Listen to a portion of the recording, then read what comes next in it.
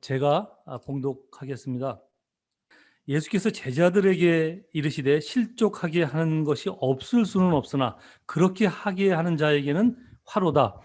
그가 이 작은 자 중에 하나를 실족하게 할진대 차라리 연자맷돌이 그 목에 매어 바다에 던져지는 것이 나으리라. 너희는 스스로 조심하라. 만일 내 형제가 죄를 범하거든 경고하고 회개하거든 용서하라. 만일 하루에 7번이라도 내게 죄를 짓고 7번 내게 돌아와 내가 회개하노라 하거든 너는 용서하라 하시더라. 사도들이 주께 여짜오되 우리에게 믿음을 더하소서 하니 주께서 이르시되 너희에게 겨자씨 하나할 만한 믿음이 있었다라면 이 뽕나무더러 뿌리가 뽑혀 바다에 심기우라 하였을 것이요 그것이 너희에게 순종하였으리라. 너희 중 누구에게 밭을 갈거나 양을 치거나 하는 종이 있어 밭에서 돌아오면 그더러 곧 와 앉아서 먹으라 말할 자가 있느냐. 도리어 그더러 내 먹을 것을 준비하고 띠를 띠고 내가 먹고 마시는 동안에 수종 들고 너는 그 후에 먹고 마시라 하지 않겠느냐. 명한대로 하였다고 종에게 감사하겠느냐. 이와 같이 너희도 명령받은 것을 다 행한 후에 이르기를 우리는 무익한 종이라 우리가 하여야 할 일을 한 것뿐이라 할지니라. 아멘.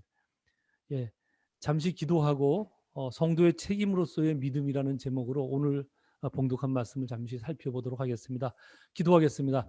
하나님 아버지, 주께서 저에게 은혜를 베풀어 주의 말씀을 살펴가게 하시니 은혜를 감사합니다.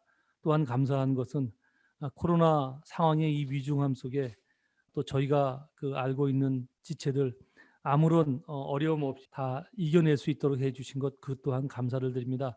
아버지 앞에 간구드리는 기도가 있다면 우리가 어쩔 수 없이 대면 예배를 못 드리고 주문을 통해서 예배드리지만 오늘도 함께 살피는 이 말씀을 통하여 우리에게 들려질 말씀이 들려지고 이 말씀이 잊혀지는 것이 아니라 잘 박힌 목과 같이 마음에 박혀 우리의 생각을 바꾸고 삶의 태도를 바꾸는 말씀이 되도록 주께서 역사해 주시옵소서. 그것을 간절히 소망하며 예수님 이름으로 기도드리옵나이다. 아멘.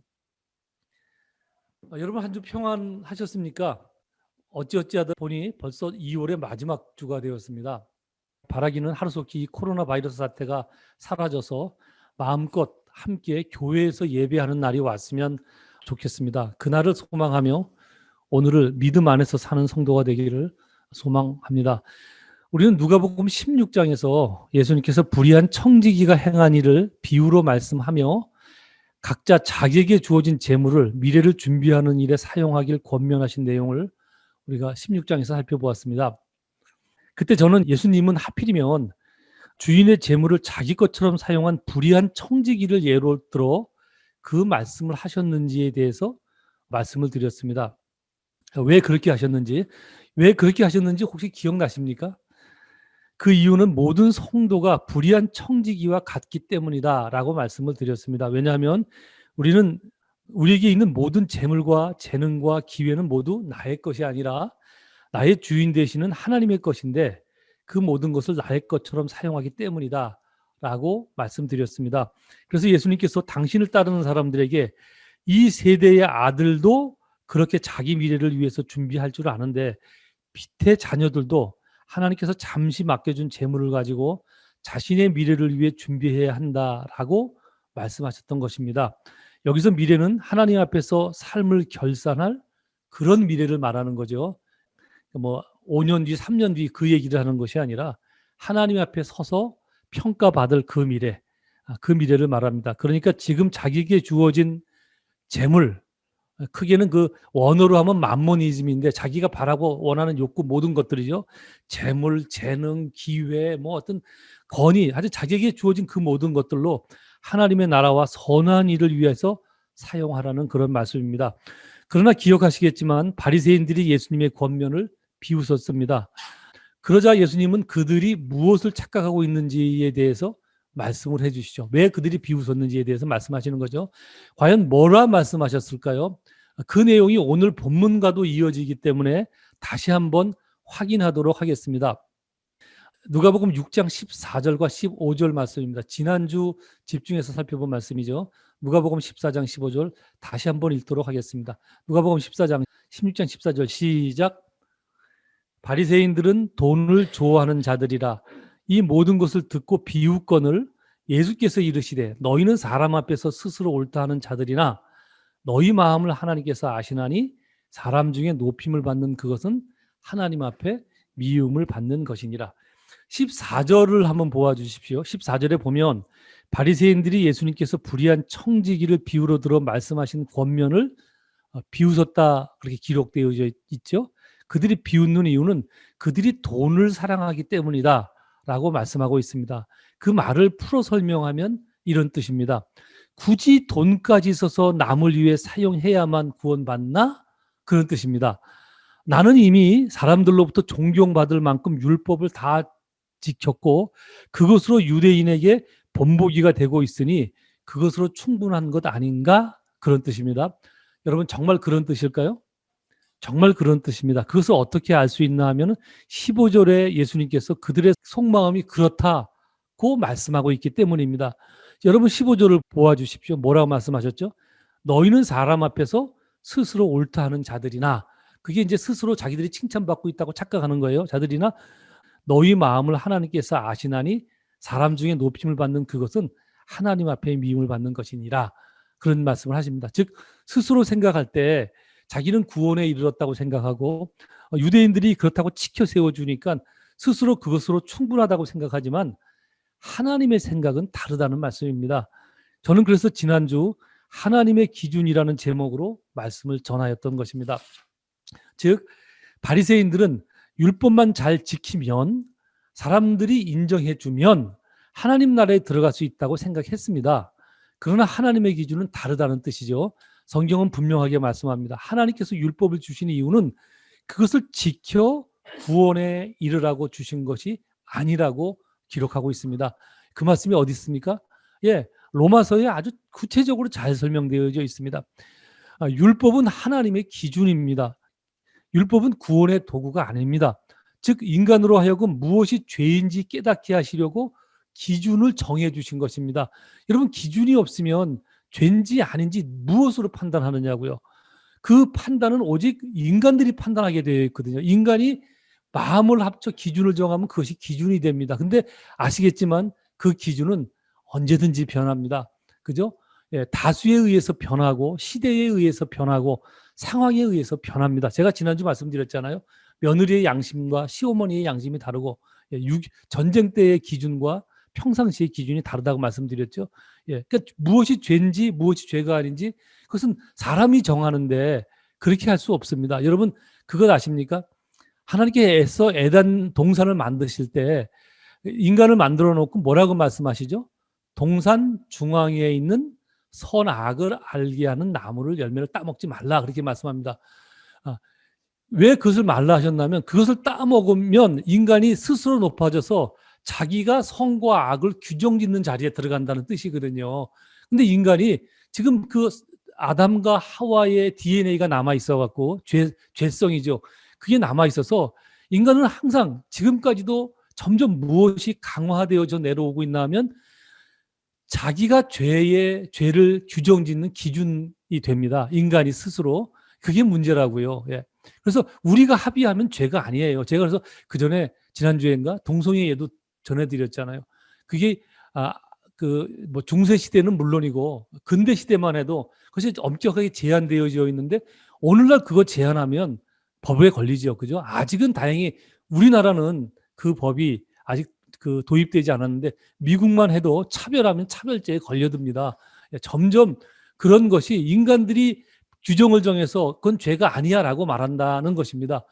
그러니까 성경이 뭐라 말하든 상관없어요. 성경은 성경일 뿐이고 죄냐 아니냐의 기준은 사람이 됩니다. 그래서 하나님께서 그렇지 않다 하고 기준을 정해 주신 것입니다.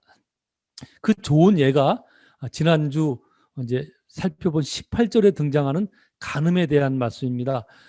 아주 뜬금없이 간음에 대한 그 내용이 등장한 것 같은데 그렇지 않다고 말씀드렸죠. 18절에 보면 갑자기 무릇 자기 아내를 버리고 다른 데 장가드는 자도 간음함이요 무릇 버림당한 자에게 장가드는 자도 간음함이니 라는 말씀이죠. 예, 예수님께서 그 말씀을 뜬금없이 하신 이유가 한 것이 아니라고 제가 지난주 말씀드렸습니다. 그 당시 아주 유명한 율법사들이 구약 성경이 금한 이혼을 이제 자유롭게 하려고 그 율법을 비틀어서 해석해 놓았습니다. 그리고 자신은 그 비틀어진 그 해석을 믿으면서 자신은 율법을 지켰으니 구원에 문제가 없다. 그렇게 믿고 살았거든요. 그래서 예수님이 그것을 딱 집어서 비유로 든 것입니다. 너희들이 만든 기준에 아무리 문제가 없다고 해도 하나님의 기준에 의하면 간음죄가 된다는 말씀입니다. 즉 너희들의 기준과 하나님의 기준이 같지 않다는 것을 아주 분명하게 말씀하신 것입니다. 그래서 저는 지난주 이 18절이 비록 간음에 대한 말씀을 하고 있지만 사실은 간음을 말하려고 하는 것이 아니고 사람의 기준과 하나님의 기준이 다름을 전하는 것이라고 말씀을 드렸습니다. 그러니까 성경을 우리가 문맥적으로 이해하지 않으면 물론 뭐 그 말씀을 근거로 간음하면 안 된다라고 받아들이면 뭐 나쁘지 않죠, 그죠? 그것으로도 충분히 교훈이 됩니다. 근데 조금 더 우리가 깊게 하나님의 뜻을 알려고 하면 좀 더 문맥적으로 이해하면 더 높은 깊은 이해를 얻을 수 있겠죠. 예수님은 사람의 기준과 하나님의 기준이 다르다는 것을 이해시키려고 또 다른 예를 하나 길게 듭니다.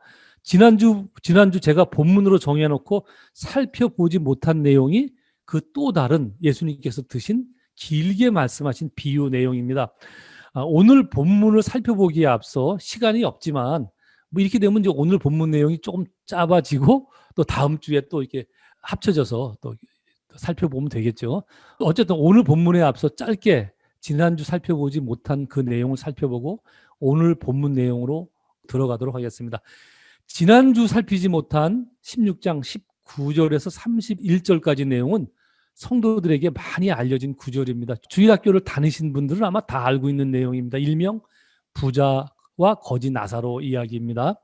그런데 조금 안타까운 것은 예수님께서 말씀하신 이 비유를 말씀하시는 이유와 상관없이 부자와 거지 나사로 이야기가 해석되어집니다. 그 부분이 좀 안타깝습니다. 사실은 이제 이 말씀이 아까도 말씀드렸지만 하나님의 기준과 사람의 기준이 다르다는 것을 설명하기 위해서 예수님께서 덧붙여서 설명하신 그 비유 내용인데 그것을 덧붙여진 설명으로 이해하지 않고 완전히 하나의 별도의 내용으로 이해를 하기 때문에 그 말씀을 통해서 아주 엉뚱한 해석들을 엉뚱하다고 말하면 제가 좀 너무한 것 같고요. 조금 본질과 다른 해석을 하기 때문에 그 해석이 아주 이런저런 이유로 많은 문제를 만들어냅니다. 그 부분에 대한 설명을 너무 길어서 하고자 하면 한 3, 4일 정도 해야 됩니다. 종말론까지 들어가서 해야 되는 내용이기 때문에 좀 어려워서 그 부분은 많이 생략하도록 하겠습니다. 어쨌든 예수님께서 덧붙인 내용이 어떤 내용인지 한번 파악해 보도록 하겠습니다. 저랑 교독하겠습니다. 천천히 읽으면서 그 내용을 확인해 주십시오. 19절부터 읽겠습니다. 한 절 한 절 교독하겠습니다. 6장 19절. 한 부자가 있어 자색 옷과 고운 베옷을 입고 날마다 호화롭게 즐기더라. 그 부자의 상에서 떨어지는 것으로 배불리려 하매 심지어 개들이 와서 그 헌대를 핥더라. 그가 음부에서 고통 중에 눈을 들어 멀리 아브라함과 그의 품에 있는 나사로를 보고 아브라함이 이르되 예 너는 살았을 때에 좋은 것을 받았고 나사로는 고난을 받았으니 이것을 기억하라. 이제 그는 여기서 위로를 받고 너는 괴로움을 받느니라.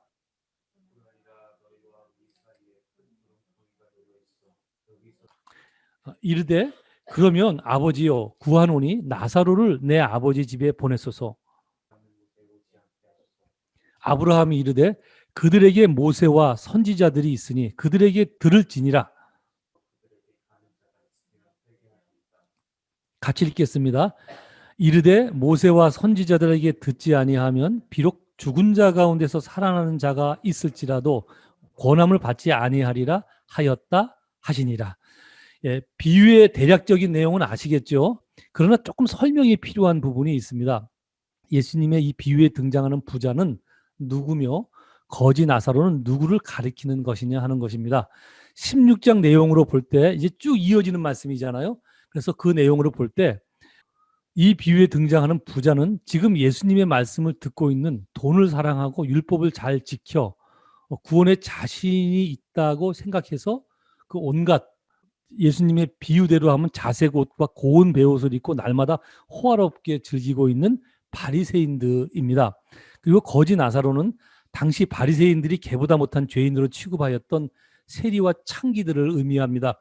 거기 하나 더 포함하면 문둥병 걸린 사람들이거든요.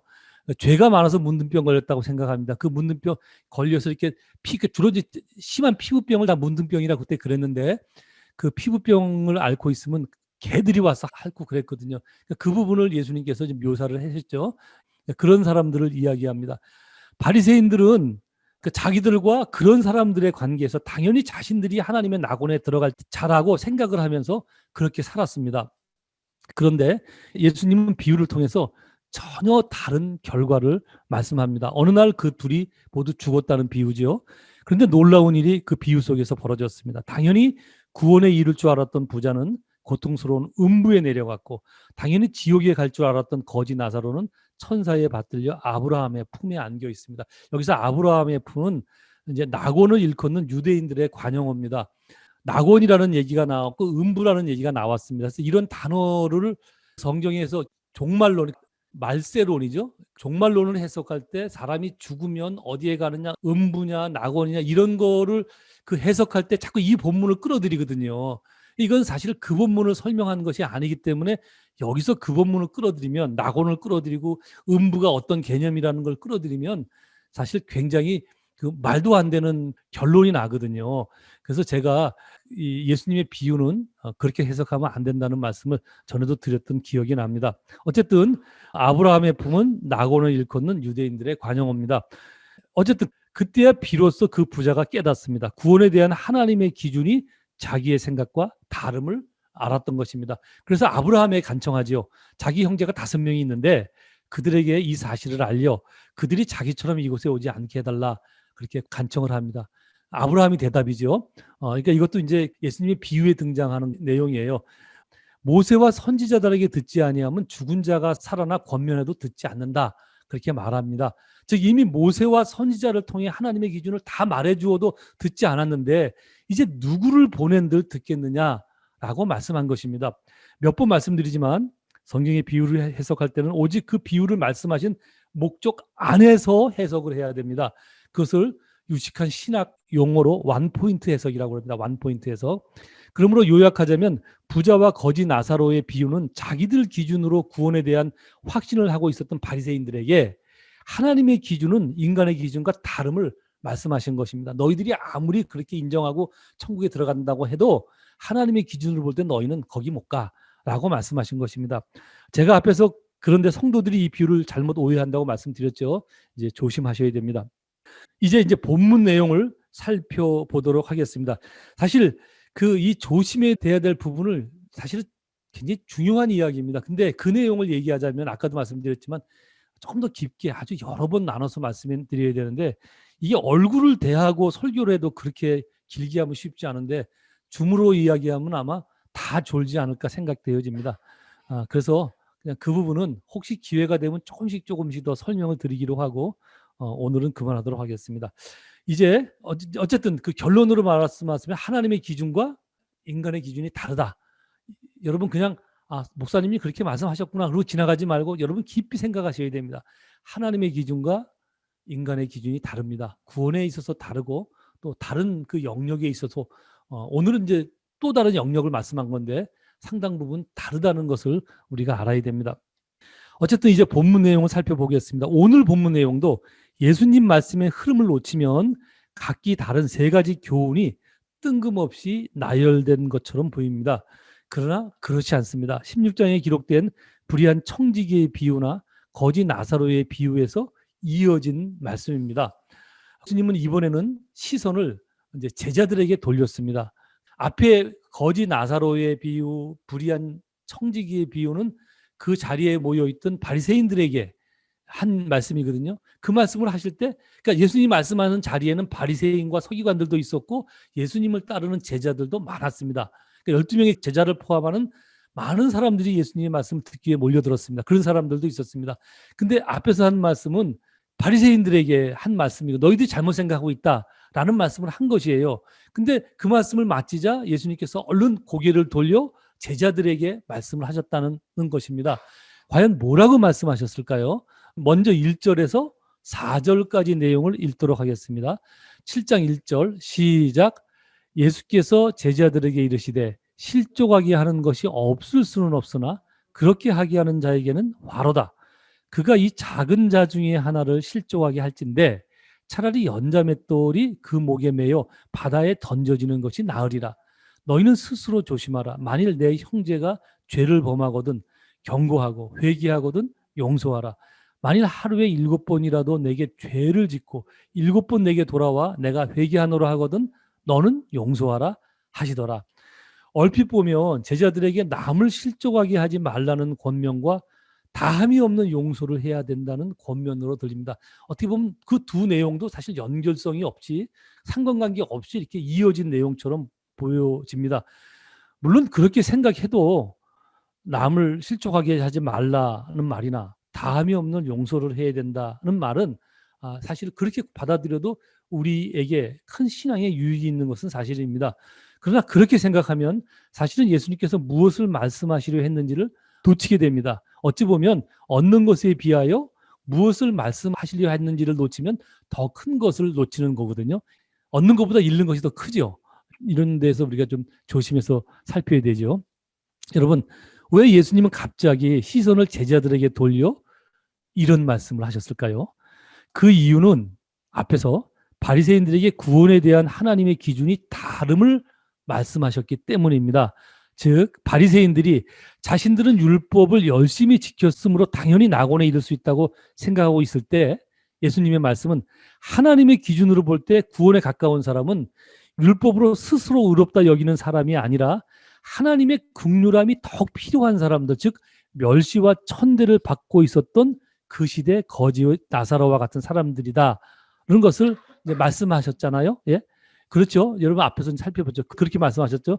그래서 이번에는 그 말씀을 듣고 있었던 예수님을 따르는 사람들이 걱정이 되었던 것입니다. 그래서 얼른 시선을 돌려서 말씀하신 것입니다. 왜냐하면 거지 나사로의 비유를 들은 예수님을 따르는 사람들이 그 말씀을 근거로 그때부터 자유로운 삶을 살 수 있기 때문입니다. 왜죠? 이미 자신들도 구원받을 수 있다는 것을 이제 알잖아요. 그것을 알면 어떻게 되죠? 막 사는 삶이 생깁니다. 그래서 예수님은 곧바로 당신을 따르는 사람들에게 실족하게 하는 것이 없을 수 없으나 성도라고 늘 그렇게 완벽한 삶을 살지는 않잖아요.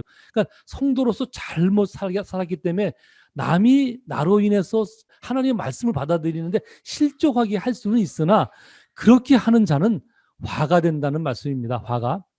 여기서 실족한다는 말씀은 이제 걸림돌이 된다는 뜻이죠. 즉 제자들이 그런 자유로움이 다른 사람들이 하나님의 나라에 들어오는 것에 대하여 걸림이 될 수 있다. 그렇게 말씀을 하신 것입니다. 만약 그런 일이 일어나면 차라리 그 사람의 목에 연자맷돌을 달아 바다에 빠뜨리는 것보다 더한 일을 한 것이다. 라고 말씀합니다. 아주 그냥 어마무시한 말씀을 하셨죠. 예. 여러분, 근데 제가 여기서 하나 질문을 드리겠습니다.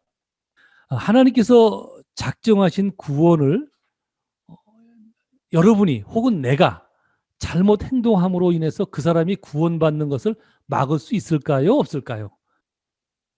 혹시 그런 거 생각해 보셨나요? 내가 어떤 행동을 잘못해서 어떤 사람이 야, 쟤같이 믿으려면 나 하나님 안 믿어. 그리고 그게 원래 구원받을 사람이었는데 나 때문에 그 사람이 하나님을 아예 안 믿어버려. 그래서 구원에 이를 수 없어. 이런 상황이 결론적으로 되어질 수 있을까요? 없을까요? 예, 이희선 집사님이 고개를 옆으로 싹싹 흔들어서 없다고 말씀하셨는데 아주 훌륭하신 집사님이십니다.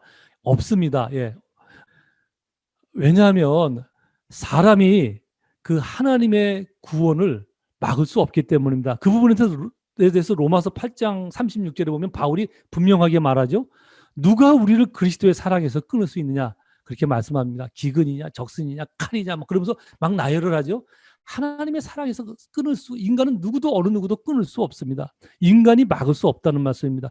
그렇다면 예수님은 왜 성도가 다른 사람의 구원에 걸림돌이 되면 차라리 연자맷돌을 그에게 매서 바다에 빠뜨리는 것보다 더 못한 일을 하는 거야? 이렇게 말씀할까요? 강한 권면이죠. 강한. 그렇게 살면 안 된다. 성도는 그렇게 살면 안 된다 하고 강하게 말씀하신 것입니다. 그리고 이어서 걸림이 되지 않는 방법도 예수님께서 말씀합니다. 과연 어떻게 하면 성도는 걸림이 되지 않을까요? 3, 4절 말씀 한 번 더 읽겠습니다. 아까 읽었지만 이제 우리에게 하신 말씀이니까 3절, 4절, 3절 시작. 너희는 스스로 조심하라. 만일 내 형제가 죄를 범하거든 경고하고 회개하거든 용서하라. 만일 하루에 7번이라도 내게 죄를 짓고 7번 내게 돌아와 내가 회개하노라 하거든 너는 용서하라 하시더라. 스스로 조심하라고 말씀하죠. 어떻게 조심해야 하느냐 하면 형제가 죄를 범하면 경고하고 회개하면 용서하는 것에 대해서 스스로 그렇게 하는지 늘 조심하라는 것입니다. 늘 살피라는 것입니다. 왜죠? 잘 안 되잖아요. 제가 생각해도 잘 안 돼요. 전 목사인데도 안 돼요. 그러니 뭐 여러분은 더 어쩌게 이제 이렇게 말씀드리지 못하겠습니다. 제가 볼 때 목사가 더 못합니다. 성도보다 제가 자인합니다. 그래서 더 못하기 때문에 하나님께서 목사를 시킨 게 아닌가 이렇게 생각이 되어집니다.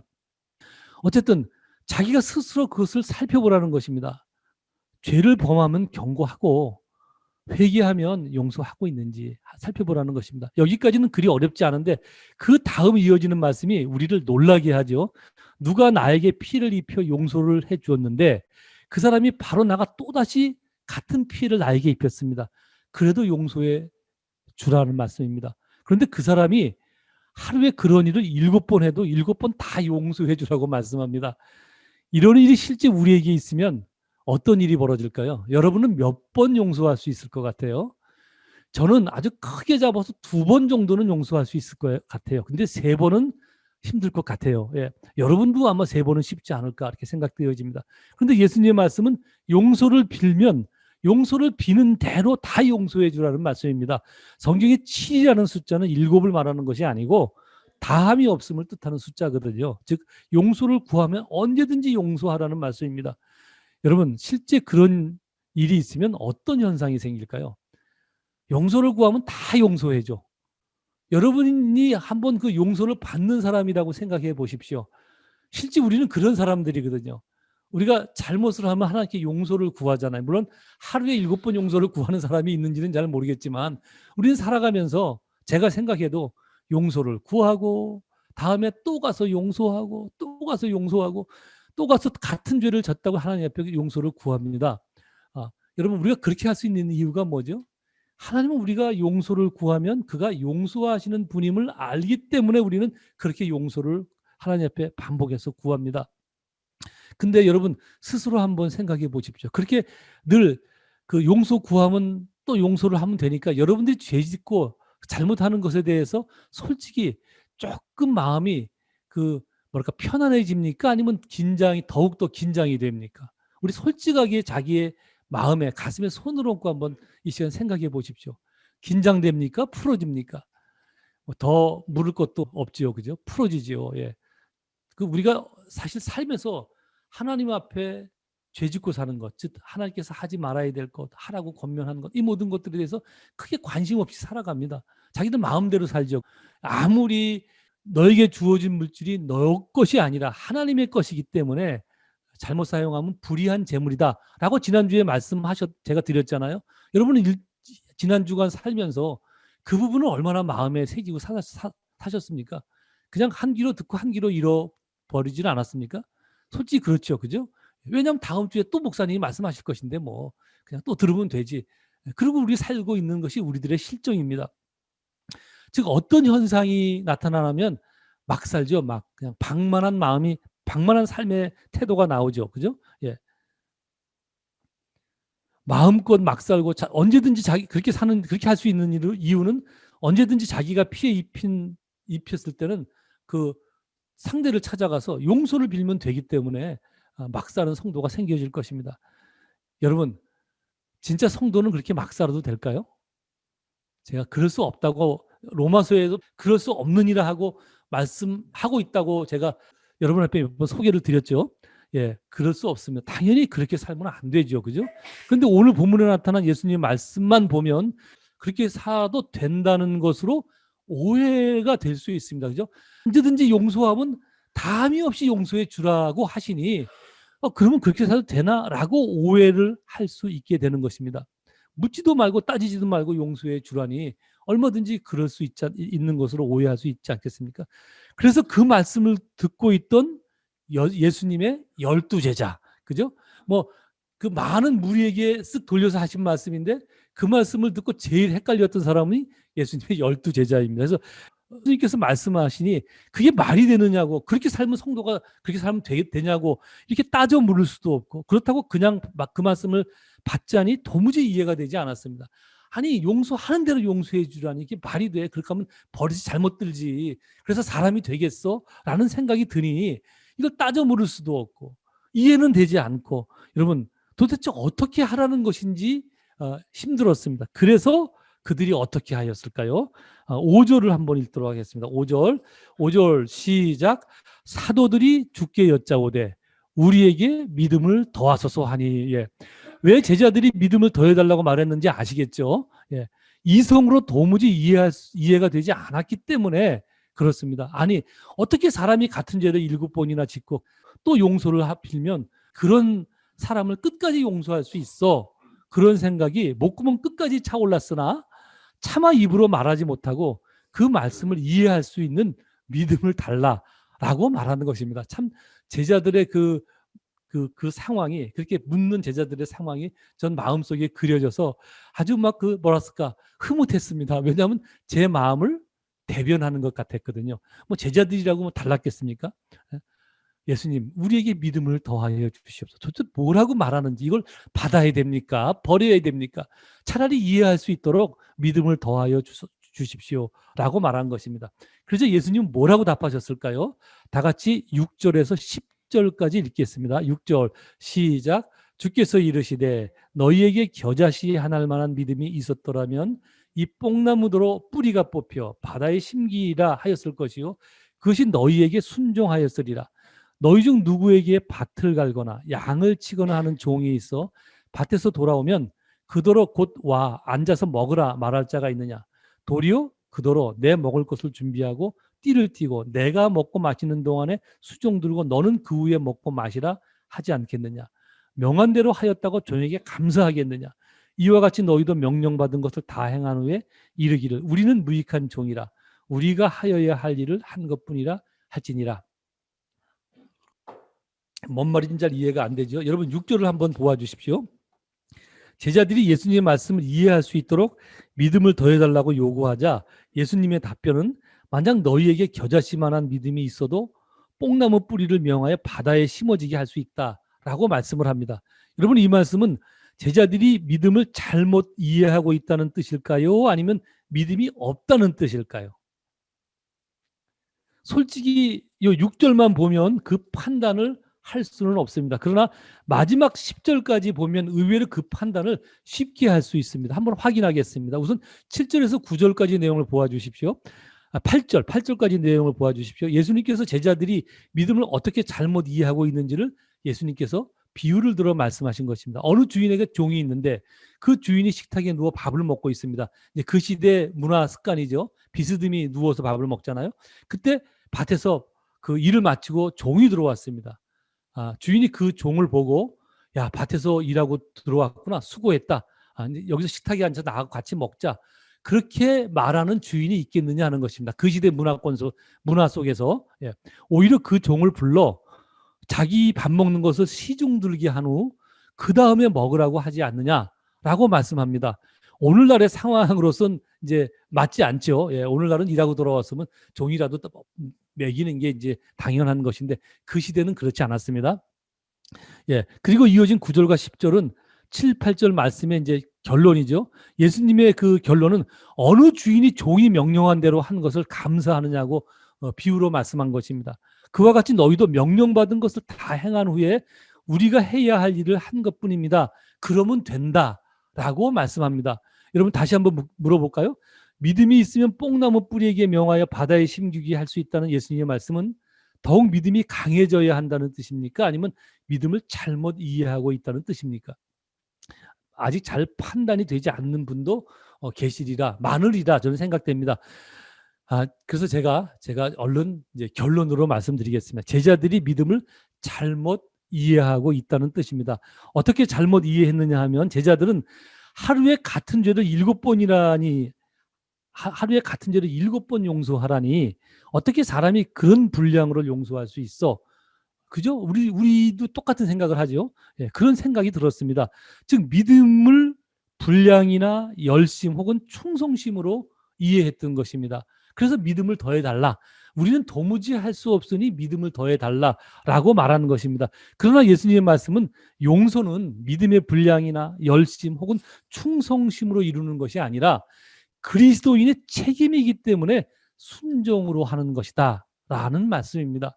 여러분 이 내용을 여기까지만 말씀드리고 다음 주에 조금 더 다루도록 하겠습니다. 왜냐하면 시간을 보니까 이제 설명해야 될 부분이 너무 많기 때문에 굉장히 중요한 부분이거든요. 왜냐하면 우리가 믿음이라는 단어를 성도들이 가장 많이 교회 내에서 또는 신앙 안에서 사용하는 단어인데 어찌 보면 가장 잘못 이해하고 있는 단어가 믿음이기 때문에 그렇습니다. 믿음은 아주 많은 스펙트럼을 갖고 있습니다. 근데 성도들은 아주 그 우리들이 알고 있는 언어의 개념으로 아주 축소된 부분만 이해를 하고 있거든요. 상당히 오해가 많습니다. 그래서 예수님도 지금 그 부분을 말씀하고 있습니다. 제자들이 믿음을 더해 주시옵소서. 어떻게 그렇게 할 수 있느냐? 내 힘으로 할 수 없다. 하나님 더해 주시면 나는 그 정도만 할 수 있겠다라고 말하자 그것은 열심의 분량이 아니라 또 그 뭐랄까 그 체, 어, 그, 그러니까 어떤 얼마나 많이 하느냐 분량의 범위가 아니고 열심의 범위가 아니고 충성심의 범위가 아니라는 말씀입니다. 믿음은 어느 영역에 속하냐 하면 성도의 책임의 영역에 속한다. 그러니까 네가 지금 잘못하고 있는 거다. 네가 바른 믿음을 갖고 있으면 얼마든지 더 엄청난 일을 할 수 있다라는 그 말씀을 비유로 말씀하신 것입니다.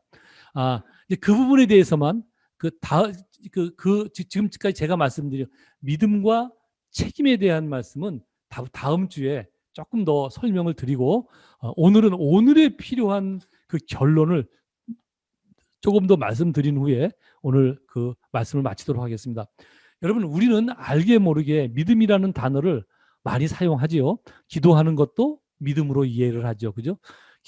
기도를 잘하면 믿음이 좋다 그러고 또 기도가 안 되면 믿음이 떨어졌다고 그러고 믿음이 없어서 기도를 못 하고 있다고 그러고 다 우리들이 이제 습관적으로 말하는 단어들이죠.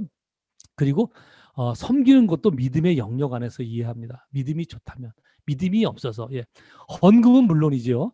봉사도 믿음의 영역 안에 있다고 생각합니다. 믿음이 없어서 헌금을 못하고 또 봉사도 믿음이 없어서 못하고 믿음이 좋아서 잘한다고 이렇게 말을 합니다. 사랑도 용서도 믿음 안에 있는 것이라 이해를 합니다. 오늘 지금 본문에 나타난 제자들이 그렇게 했던 것처럼 여러분 모두 맞는 말씀입니다. 그런데 우리가 착각하는 것이 있습니다. 다 믿음의 영역인 것은 사실이에요. 아주 관련이 없다고 말할 수 없습니다. 그런데 아주 크게 착각하는 것이 있습니다. 믿음을 분량이나 책임 혹은 열심이나 충성심으로 이해한다는 것입니다. 그것이 큰 성도들이 갖고 있는 문제지요. 여러분 기도하고 섬기고 봉사하고 서로 사랑하며 서로 용서하며 교회를 섬기고 헌금하며 물질을 나누는 것도 또 나누고 교회를 세우는 일은 열심이나 분량 얼마나 많이 했느냐 이런 분량 혹은 충성의 영역에 있는 것이 아닙니다. 성도의 책임의 영역에 있다는 것을 아셔야 됩니다. 믿음이 있으면 하고 또 없으면 조금 덜 해도 되고 그런 일이 아니라는 것입니다. 우리가 하나님의 백성이기 때문에 하나님의 자녀가 되었기 때문에 그 일이 분량이 얼마만큼 되었든 간에 자기가 주어진 분량에서 최선을 다해서 마음을 다하고 성품을 다하고 힘을 다하여 해야 되는 것입니다. 뭐가? 기도하고 섬기고 봉사하고 서로 사랑하며 서로 용서하고 교회를 섬기고 헌금하며 물질을 나누고 하나님의 교회를 세우는 이 모든 일 책임으로 하는 것입니다. 저는 이 설교를 준비하면서 얼마나 가슴이 뜨끔뜨끔했는지 몰라요. 저도 또 저의 잘못된 생각과 행동을 바꾸려고 결심한 것이 있습니다. 그 부분은 저는 목사이기 때문에 혹시 막 교회에 대해서 뭐 말씀을 등한시하고 교회를 등한시하면 저도 자꾸 마음이 등한시되더라고요. 그 사람에 대해서. 솔직히 저의 심정입니다. 어쩔 수 없는 저의 연약함이고 완악함이라 저는 생각을 합니다. 근데 생각을 또 바꿔야겠다는, 제 태도를 바꿔야겠다는 생각을 했습니다. 그러든 말든 내가 해야 할 일은 내가 해야 되는구나. 내 스스로 자신을 조심해서 돌아봐서 내가 해야 할 일을 내가 해야 되는구나. 그것이 성도된 목사로서의 책임이 아니라 성도된 것으로의 책임이구나 하는 그 부분을 오늘 본문 말씀을 통해서 다시 한번 깨달았습니다. 여러분, 우리가 해야 될 그런 일들은 믿음으로 하는 것이 아니라 책임으로 하는 것이며 책임으로 순종하는 것입니다. 믿음이 없어서 믿음을 더해달라고 말하지 마십시오. 그냥 순종하면 되는 것입니다.